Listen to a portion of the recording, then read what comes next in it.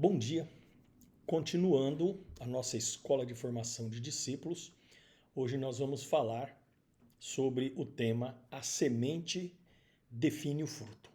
Da mesma forma como fizemos comparação entre o evangelho do reino pregado por Jesus e os apóstolos com o evangelho humanista que hoje se vê, devemos observar as diferenças entre o fruto que essas duas sementes produzem. No livro de Atos dos Apóstolos, vemos cristãos totalmente entregues e comprometidos com o Senhor Jesus. Acolheram o evangelho que lhes foi pregado. Hoje, contrariamente, é comum vermos atitudes diferentes daquelas estabelecidas da igreja de Atos, tais como aquelas que citamos acima no quadro que nós falamos ontem dele. A diferença entre o evangelho do reino e o evangelho humanista. Se o que define o fruto é a semente, podemos estar certos de que a nossa pregação, a nossa semeadura deve ser feita tal como foi a dos apóstolos na igreja daqueles primeiros anos, quando da sua fundação, da sua criação. Só assim nós seremos uma igreja formada por discípulos comprometidos e frutíferos, mas que geram frutos do evangelho do reino.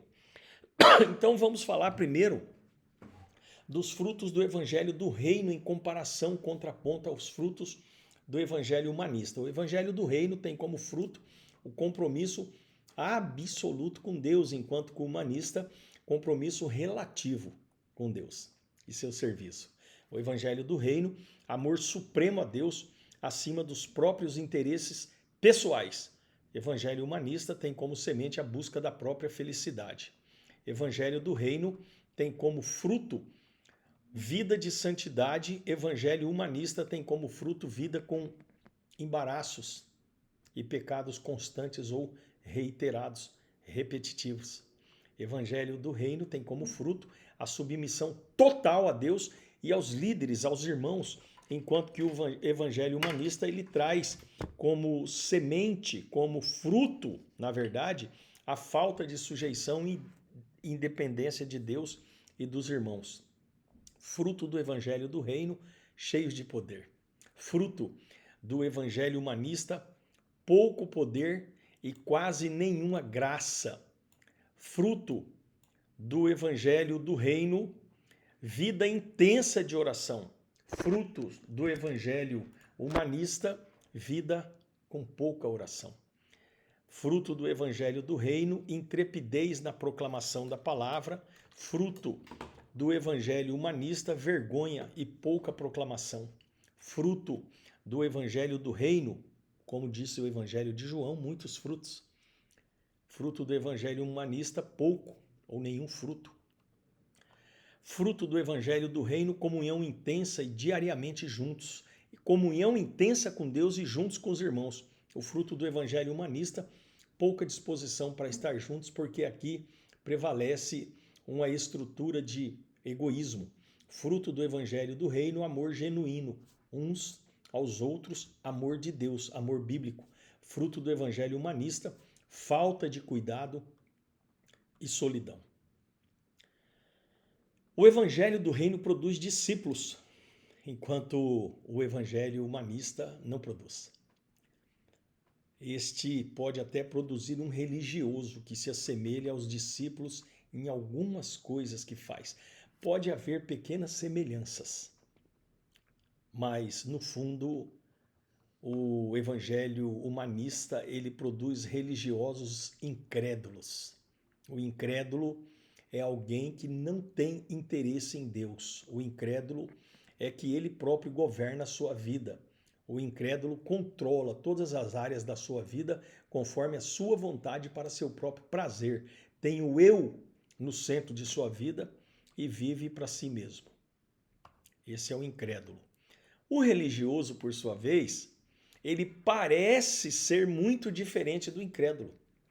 Acredita em Deus, lê a Bíblia, ora, canta, vai a reuniões, chama Jesus de Senhor. Mas qual é o seu problema? O mesmo do incrédulo, tem o eu no centro. vive para si mesmo. E Deus? Deus existe só para abençoá-lo, para curá-lo, para servi-lo, para salvá-lo e fazer a sua vontade. É um quebra-galho. Deus é um quebra-galho. Esse está pior que o incrédulo porque está se enganando. No fundo, quanto ao governo de Deus, ambos estão na mesma posição. A diferença é que o incrédulo ele tem a possibilidade de se converter, enquanto que o religioso não, ele se entende como um convertido e ele não abre a possibilidade de uma verdadeira conversão, então ele se torna uma pessoa, quando a Bíblia diz, de mente cauterizada. Então nós temos aqui o incrédulo e o religioso, mas nós temos o discípulo. O discípulo é aquele que não vive mais para si mesmo, ele vive para Deus. Toda a sua vida está estruturada em função da vontade de Deus. Jesus é, de fato e verdadeira, genuinamente o seu Senhor. Ele experimentou um verdadeiro arrependimento. Então existe muita diferença entre um discípulo e um religioso. Mas vai aqui um subtema chamado uma advertência. Ao longo da caminhada, nós descobrimos muitas pessoas e grupos que têm práticas ou conceitos diferentes dos nossos. Como falamos que existe uma pregação que não se qualifica como evangelho do reino, podemos cair no erro de julgar que todos os que pensam diferente de nós em qualquer coisa estão equivocados e longe da verdade. Então você precisa conceber algo que eu também preciso conceber mais ainda, é que não é a nossa visão que define o evangelho. Quem define o verdadeiro evangelho do reino é Jesus Cristo. Existem, entretanto, aspectos nos quais podemos ter certas diferenças sem que isso signifique estarmos diante de outro evangelho. A revelação que temos do Senhor e sua palavra vão aumentando na medida em que nos tornamos mais e mais íntimos dele. Logo, algumas diferenças de visão podem significar apenas que eu e o outro não estamos no mesmo estágio da revelação da verdade. Talvez meu irmão compreenda melhor o coração do Senhor num determinado assunto e isto lhe dá uma visão diferente da minha. Então não significa que porque ele tem uma visão diferente da minha, que ele esteja equivocado. Nós precisamos ter muito cuidado para não sermos julgadores, porque Deus não nos colocou como julgadores. Às vezes a questão está ligada ao contexto de um grupo. Por exemplo, a prática da reunião de culto de um grupo que vive em países orientais ou entre indígenas certamente é diferente daquela prática vivenciada numa grande cidade. Então nem por isso um está certo e outro errado, desde que aquelas coisas essenciais estejam presentes. Jesus é o centro e o evangelho do reino é a pregação da igreja. Considerando essas coisas, nós estaremos guardados do engano e ao mesmo tempo nos livrando de ter uma postura soberba, né?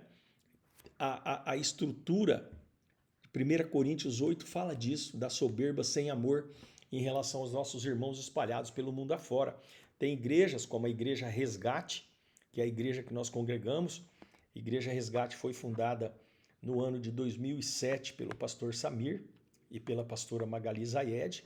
Então, essa igreja ela tem uma característica que traz na genética da sua criação, na sua gene, o resgate de almas de pessoas, mais especialmente daquelas que estão em situação de rua, em situação de vulnerabilidade, em situação de uso abusivo ou dependência de álcool e drogas. É diferente de uma igreja, por exemplo, uma presbiteriana que tem uma vocação mais para o ensino, mais para o campo do mestre, mais para o campo da revelação da palavra e tradução das estruturas bíblicas, não é? Então, cada igreja tem uma característica, mas não é por isso que eles estão fora da doutrina dos apóstolos e nós estamos dentro. Nós precisamos ter cuidado para não acabarmos sendo juízes dos nossos irmãos. Amém? Que Deus nos abençoe, em nome de Jesus nos conceda graça, que o pão nosso de cada dia nos dai hoje, que Ele nos abençoe com a porção do pão nesse dia de hoje. Eu creio nessa palavra, ligo ela na terra, ela está ligada no céu, e que o Senhor derrame a paz em Jerusalém e na cidade a qual nós moramos. Que o Senhor nos dê a sua paz em o nome do Senhor Jesus Cristo. Bom dia e até amanhã, se Deus permitir. Graça e paz.